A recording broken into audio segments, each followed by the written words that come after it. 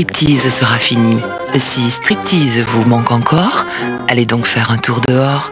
Striptease y est à l'infini.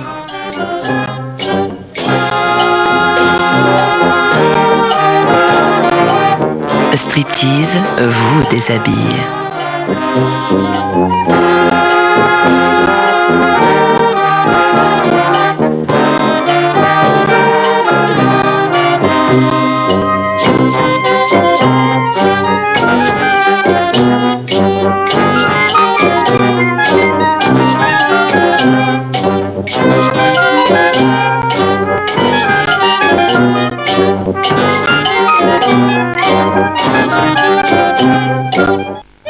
Marie de Vellereau, 25 ans, est déjà diva.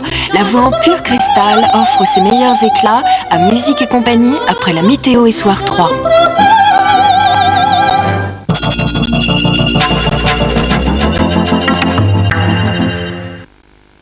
Avec Super Croix, découvrez les méga perles et leur incroyable efficacité.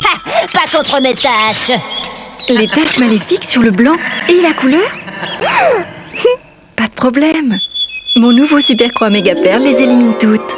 Ces perles bleues sont remarquables. Elles agissent comme de véritables activateurs d'efficacité contre les taches. Et pour la couleur, pas de problème. Les méga perles contiennent un protecteur de couleur. Quoi? Plus une trace? Parfaitement. Blanc comme neige. Et nos couleurs sont lumineuses. Bravo Super Croix, ouais! Super Croix méga perles, un blanc éclatant, des couleurs respectées. Andalusia! L'Andalousie, 2490 francs. Fram, j'y ai droit.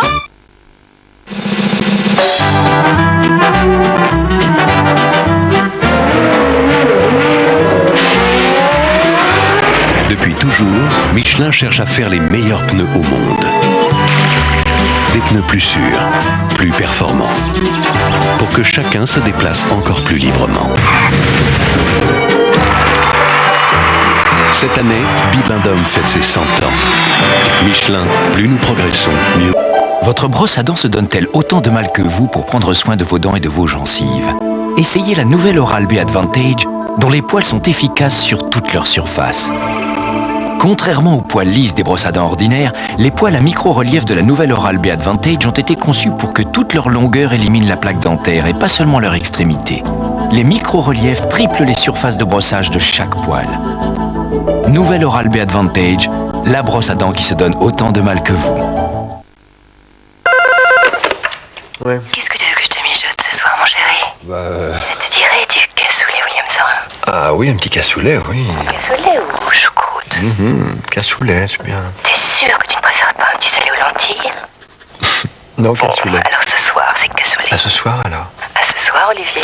Olivier. Ah, je ne suis pas au 01 53 32 60 00. Ah non. Oui, excusez-moi, c'est une erreur. Ce soir, on aurait bien dîné avec William. William Saurin. L'appétit vient en mijotant. Votre enfant a de la fièvre et vous devez prendre sa température. Mais où? Le nouveau thermoscan de Braun prend la température dans l'oreille. Sûr, facile, précis et en seulement une seconde. Adopté par les mamans, les petits et les grands, le nouveau thermoscan de Braun, une idée d'avance. 1492, Christophe Colomb découvre les Amériques. 1543, Copernic découvre que la Terre tourne. 1905, Einstein découvre la théorie de la relativité. Janvier 1998, Christophe Morand découvre le nouveau coupé Citroën Xara. Les journées découvertes Citroën, Des jours qui resteront dans l'histoire.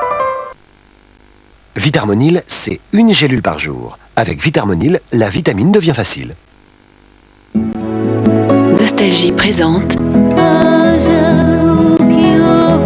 le nouvel album de Madre Deus. L'émotion a trouvé sa voix.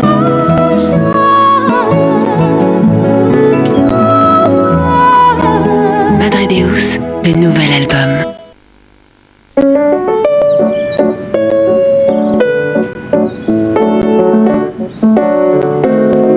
Je sais pas, chérie, c'est peut-être la couleur.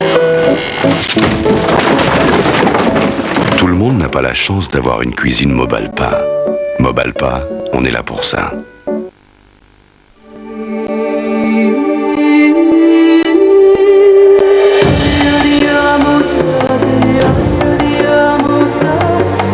y a des millions de raisons de prendre l'avion aujourd'hui. Mais une seule compte pour nous, la vôtre.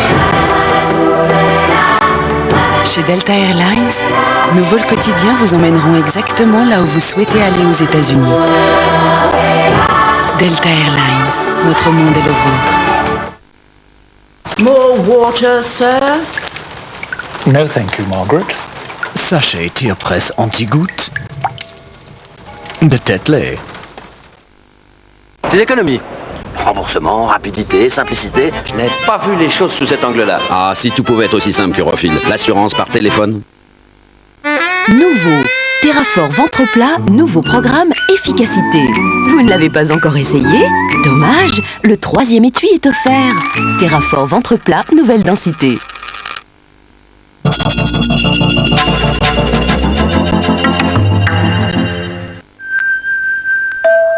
Pour tout savoir sur le temps, on peut compter sur France 3 avec Monsieur Bricolage.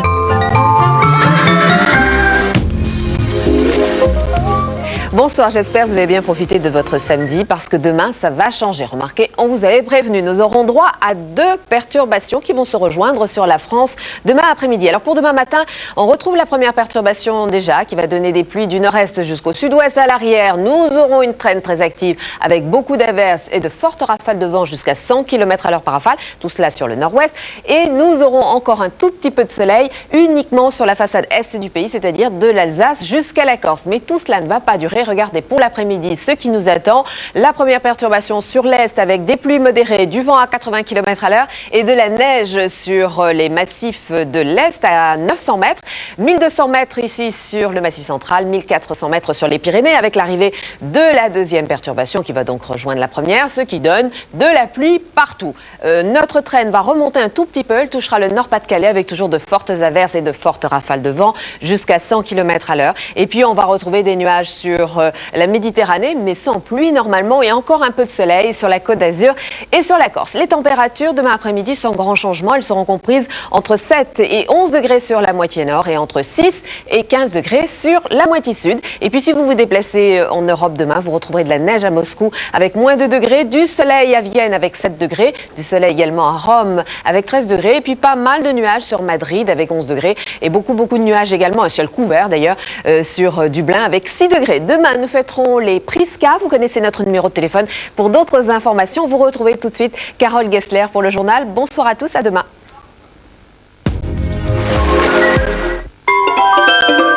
C'était la météo avec Monsieur Bricolage. Avec Sophia Loren, Georges Pépard œuvre pour la patrie. Physique et self-control sont ses plus grands atouts. Pourvu qu'il trouve le point d'impact, jeudi à 20h50 sur France 3.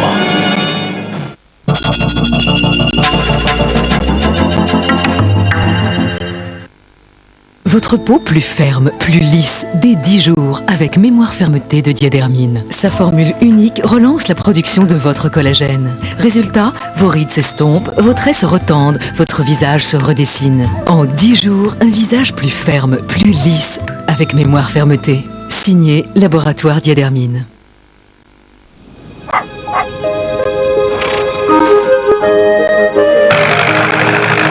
Tout a commencé avec le courrier. Quand au lieu d'envoyer les lettres des hommes d'affaires, on a envoyé les hommes d'affaires eux-mêmes. Alors c'est devenu irréversible. Depuis 70 ans, United Airlines a ouvert la voie et chaque jour ne fait que ça.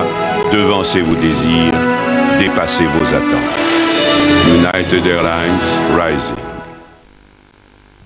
Mais que se passe-t-il à la fête Pépito?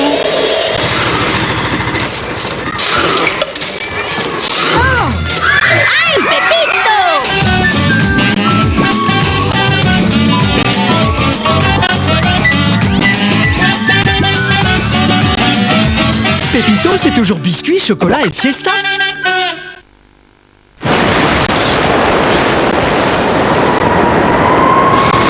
Vous avez aimé la nouvelle Citroën Xara? Vous aimerez le nouveau coupé Xara? Vous n'imaginez pas tout ce que Citroën peut faire pour vous. Citroën vous dévoile le nouveau coupé Xara, à partir de 78 900 francs. Coupé Xara, plutôt sorti de vos rêves que d'une usine. Vous n'imaginez pas tout ce que Citroën peut faire pour vous. De mystérieux craquements réveillent la France. C'est surtout le matin, quand tout est silencieux, qu'on les entend. Dans la cuisine. Eh oui, Kellogg's Cornflakes transforme chaque grain de maïs en pétales dorés au four pour être encore plus craquant. À chaque fois, ça nous réveille. Et puis on y prend goût. Kellogg's Cornflakes, sa vraie nature est dans son grain. 3617 Eurydiel pour tout savoir sur les entreprises. 3617 Eurydiel, le registre national du commerce.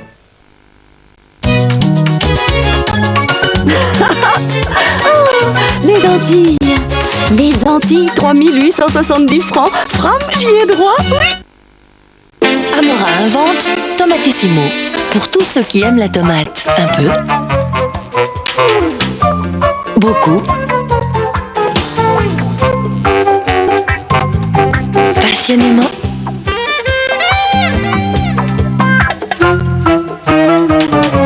À la folie. Tomatissimo, c'est une nouvelle et délicieuse recette aux tomates finement relevées d'aromates, prête à l'emploi pour tous les plats. Tomatissimo d'Amora, par amour du goût.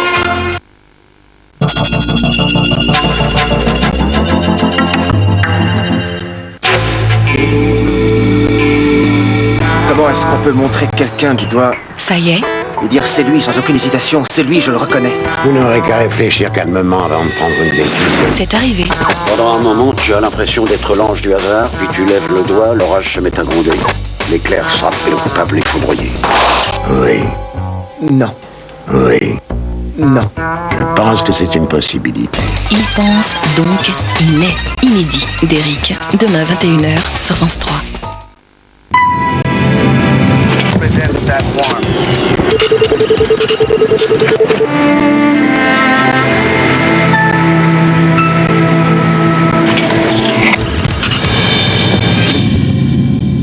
Bonsoir à tous. Dans ce journal, la mobilisation des chômeurs qui ne faiblit pas. Plus de 30 000 personnes ont défilé à Paris et en province. Aux États-Unis, Bill Clinton face à Paula Jones, cette jeune femme qui l'accuse de harcèlement sexuel. Enfin, coup de chapeau à Roxana Maracineanu. Elle est la première Française championne du monde en natation.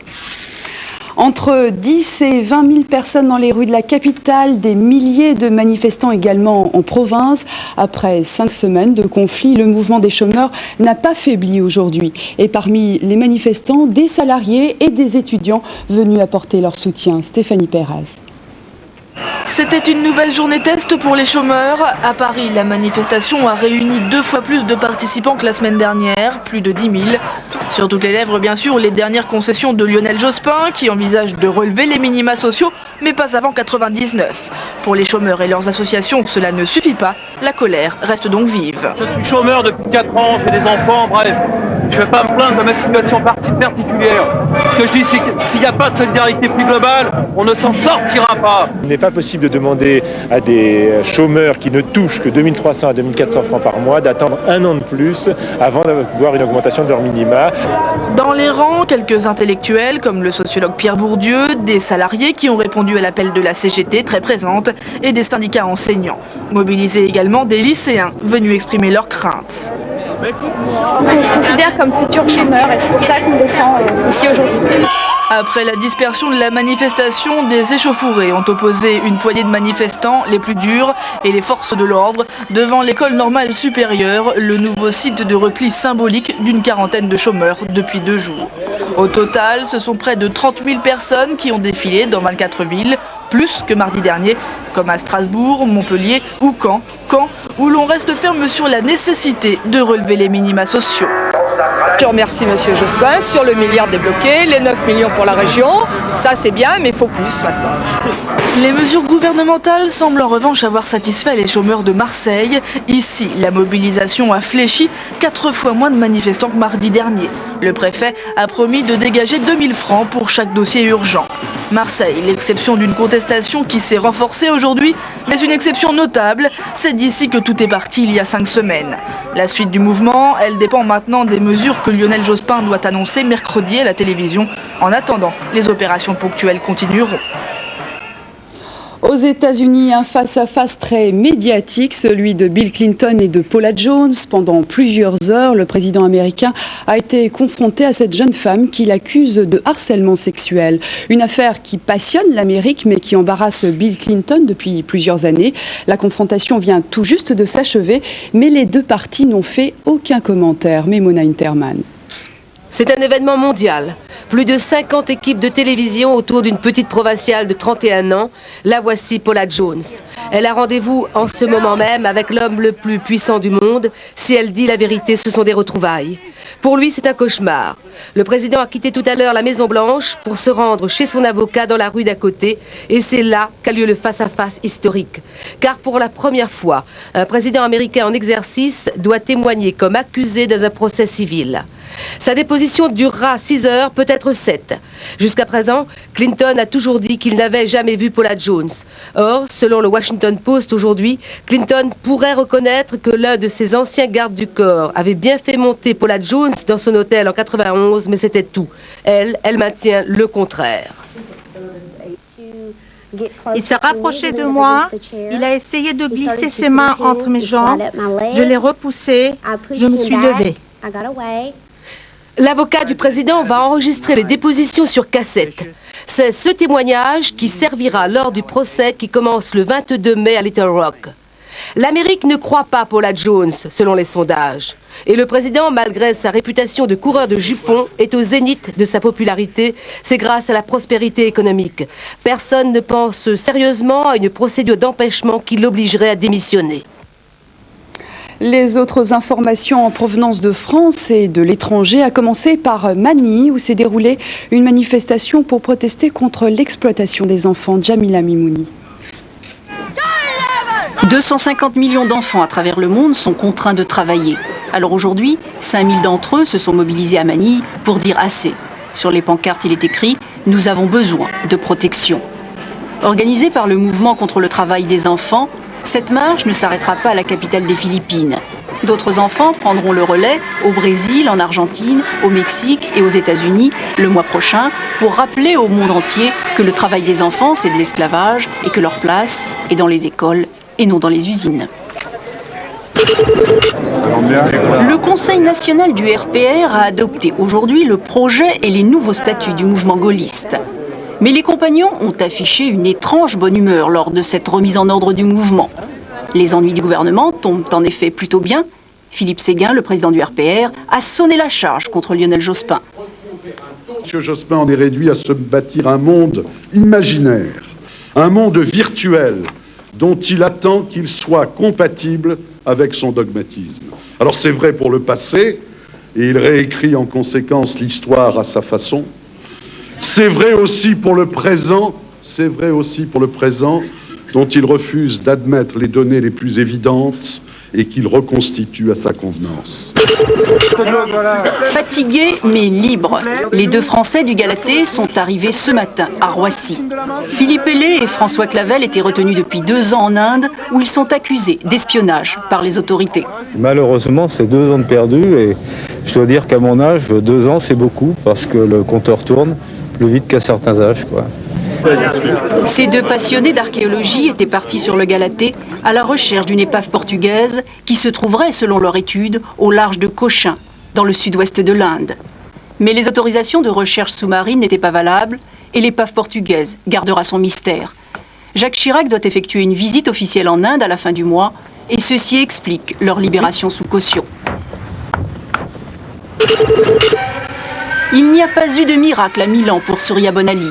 Malade, elle avait hésité à venir pour le programme libre. Hier, elle avait terminé 2e après le programme court. L'espoir renaissait. Cet après-midi, sur la glace, elle avait pourtant bien commencé sa prestation. Mais Surya n'a pas retrouvé son niveau technique et sa faiblesse physique l'a trahi. C'est la chute. D'accord, les juges ont été sévères, mais heureusement, son public était là. La Française est 6e au championnat d'Europe. La ruée vers l'or pour Christophe Auguin, Yves Parlier et Isabelle Autissier, c'était cet après-midi à New York. Les 3 skippers se sont lancés dans la plus longue course à la voile en équipage, New York-San Francisco, via le Cap Horn, soit un parcours d'environ 26 000 km. Sur la route de l'or qu'empruntèrent au siècle dernier les chercheurs de pépites. Un petit salut au passage à Miss Liberty. 32e de finale de la Coupe de France de foot a remarqué ce soir l'élimination de Strasbourg par Épinal, club de national 2-1. Le PSG s'est imposé logiquement face à Thouars 3-1. Victoire écrasante de Bordeaux 7-1 face au Petit Poucet Aubervilliers. Victoire difficile de Monaco face à Dijon après prolongation. Et très laborieuse victoire du leader du championnat de France, Metz, face au Mans, qui arrache sa qualification après les tirs au but. La Marseillaise a résonné aujourd'hui en Australie. Roxana Maracineanu a donné à la natation française son premier titre mondial. C'était dans le 200 mètres d'eau. Et regardez bien ces images, vous allez comprendre que la jeune Française a eu du mal à réaliser qu'elle avait effectivement décroché la médaille d'or. Véronique Nizou. Roxana Maracineanu n'en croit pas ses yeux. La course est terminée depuis plusieurs secondes, mais elle n'a toujours pas réalisé. C'est pourtant bien son nom en haut du tableau final du 200 mètres d'eau, et c'est bien elle que l'Allemande Dagmar Haas félicite. Au départ, la Française d'origine roumaine n'était pas favorite. Elle pouvait espérer monter sur le podium tout au plus. Tout s'est joué en fait dans les 50 derniers mètres. Ici, au premier plan, elle remonte toutes ses adversaires pour s'imposer en 2 minutes 11 secondes 26 centièmes, 19 centièmes de moins que l'Allemande. Roxana Maracineanu devient à 22 ans la première championne du monde de toute l'histoire de natation française. Je suis très contente, je veux remercier tout le monde à Mulhouse, tous les nageurs qui s'entraînent avec moi. Et je veux juste vous dire que finalement c'est facile. J'y croyais pas que c'était aussi facile, mais finalement on peut le faire, quoi. À Mulhouse, ses parents ont suivi la course à la télévision, émus. Ma fille. J'ai complètement perdu ma voix, pratiquement, hein, et je commençais à pleurer. Je n'ai pas pu me contrôler. C'est une grande journée. Une médaille d'or pour une athlète au parcours atypique, née en Roumanie, arrivée en France dans un camp de transit, membre de l'équipe de France depuis 1993, Roxana Maracineanu, première championne du monde française, est encore dans un conte de fées. Et autre bonne nouvelle aujourd'hui, Xavier Marchand a décroché la médaille d'argent aux 400 mètres 4 nages. Vous connaissez sans aucun doute l'opéra le plus populaire de Berlioz, La Damnation de Faust attire toujours un public important. Cette œuvre est interprétée en ce moment même et demain soir dans un lieu plutôt inattendu, le Cirque d'hiver. Si l'orchestre est professionnel, les choristes sont amateurs, ce sont des enfants et des adolescents. Marie-Claire Thiers et Pierre Dick ont assisté pour nous aux répétitions. Berlioz au Cirque d'hiver, un véritable défi. Entrez les enfants! Mise en place et répétition difficile pour les 90 musiciens, 160 choristes amateurs et 60 enfants de la maîtrise de Paris qui interprètent La Damnation de Faust pour la première fois ensemble. Les enfants, souhaités dans la partition écrite par Berlioz, mais souvent oubliés, sont là. Ils ont entre 8 et 16 ans et sont les anges qui accueillent au ciel Marguerite dans le tableau final, l'apothéose.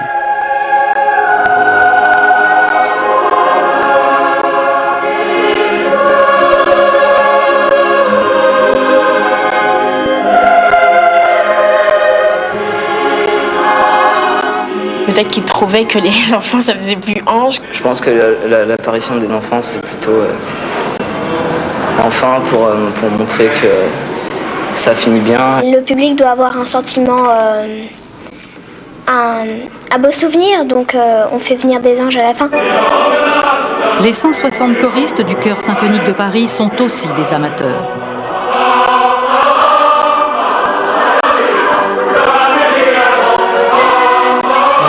C'est là le défi, parce que c'est une œuvre, comme je vous le disais, très difficile, même pour un chœur de professionnel. Lorsque les chœurs de l'opéra ou des opéras du monde entier montrent une œuvre pareille, c'est toujours une chose très redoutable. Le chœur a une importance particulièrement grande dans cet opéra.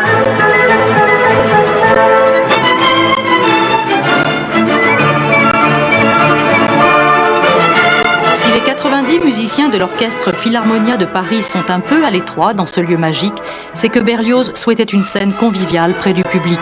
Et c'est ici que le compositeur a entendu son œuvre.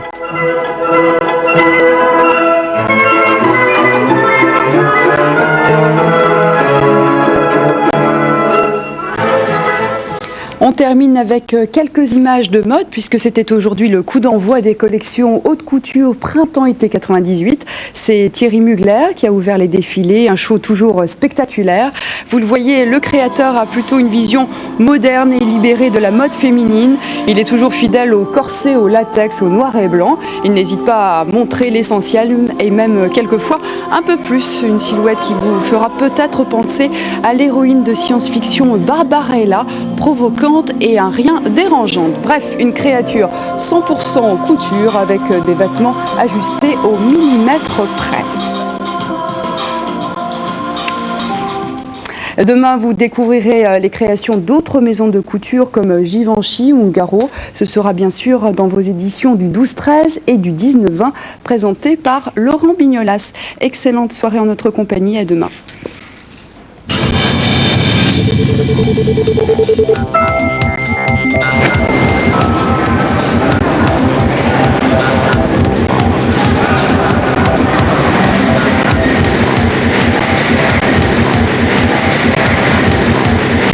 Marie